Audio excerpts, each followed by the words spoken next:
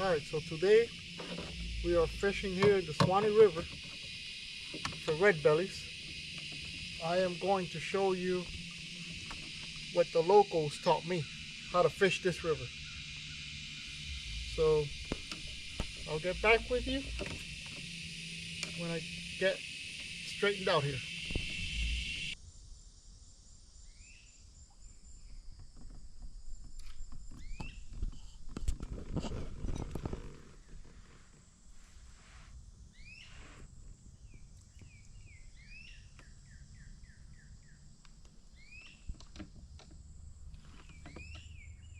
Alright, we are fishing here in the Suwannee River, and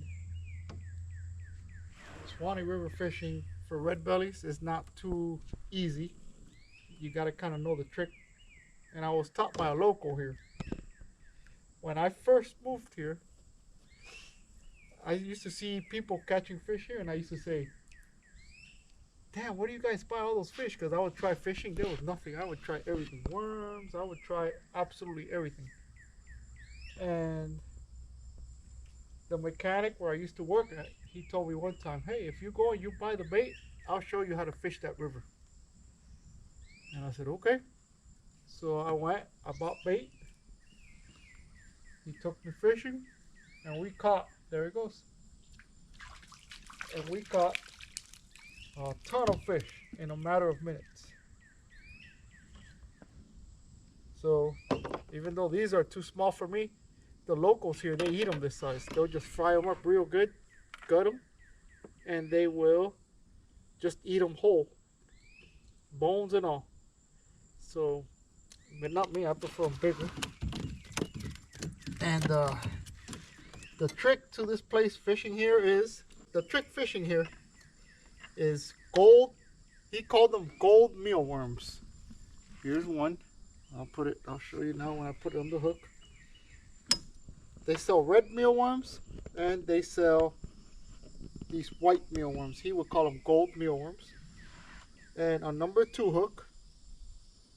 And the biggest trick of everything that he told me, and ever since I've been doing it, what he taught me, was I've been catching fish. The smallest cork that you could possibly get. If you can't find one this small, what you do is you buy the smallest one they have and you cut that one in half. I always use the red part so I could see it better. Then I would say like 3 feet from the cork to the hook.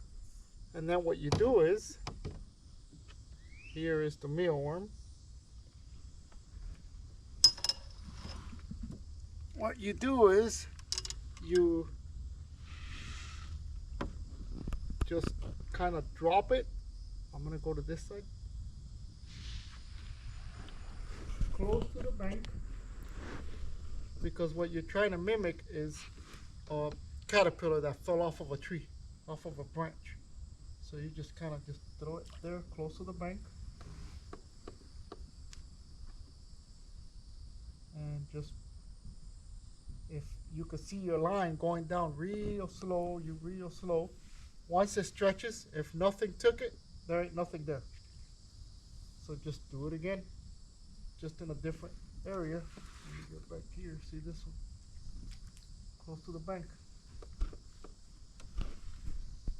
And he had told me the reason why you want the smallest cork is because the red bellies, shell crackers, but red bellies is here in the Suwannee, when they grab the mealworm, and as soon as they grab it, if they feel absolutely any pressure, they release it. So you want the smallest cork just to hold the mealworm, so once they grab it, they don't feel any pressure. And I don't know, all I know is ever since I've been fishing the way he taught me, we catch a lot of fish. So let me see if I get closer to a bank, and I'll get back with you later. Alright, so the mealworms come in this, I mean, some of them are different. They're smaller little containers. Every gas station, usually the gas stations here along the river, they'll have it. And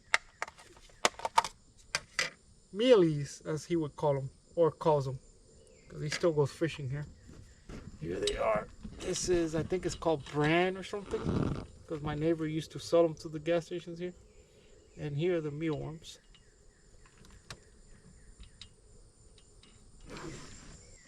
So this area in here, this is actually a spring, but since the river's flooded, it's browned out as they call it. You can't see the bottom. It's usually crystal clear.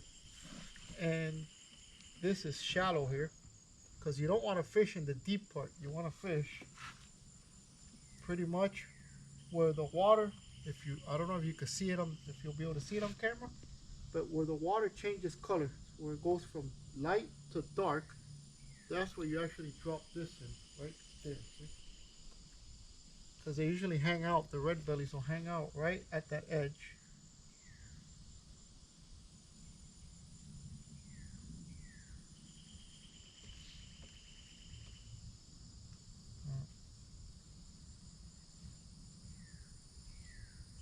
There's none in here now.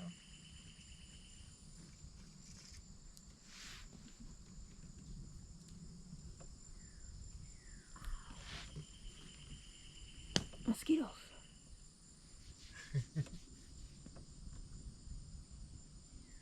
Sometimes, see how the cork's moving? Something already has it. See it swimming? So pretty much, that's a small one because he's not pulling the cork on there. But see how he's not letting the bait go because he's not feeling any pressure. See, he's still on there. See? Yeah. So that's a small one. I'm pretty sure he's already hooked. But if it was a big one, that cork would just it would be gone. I'll pull him out now. See?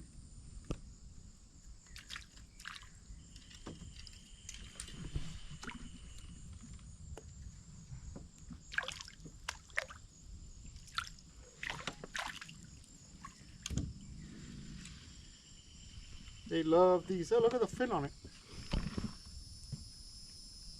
That's weird.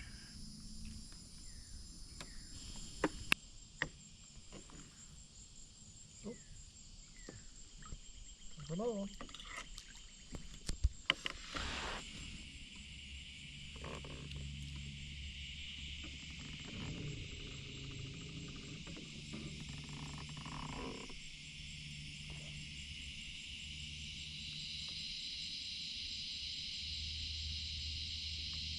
Needs to be a little bit closer to the bank. We were fishing at back in there. So now we're going to go across the river. See if we can find any little good spots. But I look for spots that there's no current. So like, let's say there's the bank is calming and you see the current rushing, and then kind of like there's a little cove that goes in, a small one. That's where you want to go because everything gets in there waiting for the current to bring stuff up to them. And that's what right now, the sun already went down. So it's got to be it's 8:28. So we got like 15 minutes to make it back.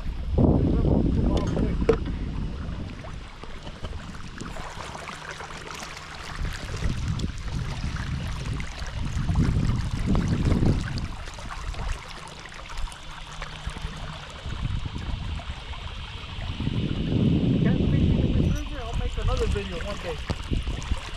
Right now the river's going down, so the catfish, they don't really bite too well. Once it stabilizes, everything kind of levels out, then they'll bite better. Alright, so this is the end of the day. We are heading back now. We had a good relaxing time, caught some fish. That's all that matters. I hope you guys learned something. Any other questions, just leave me some comments. Leave it in the comments. I always answer everything. And if you like these kind of videos, subscribe. And also give me a thumbs up if you like this video. Thank you for watching. See you next time.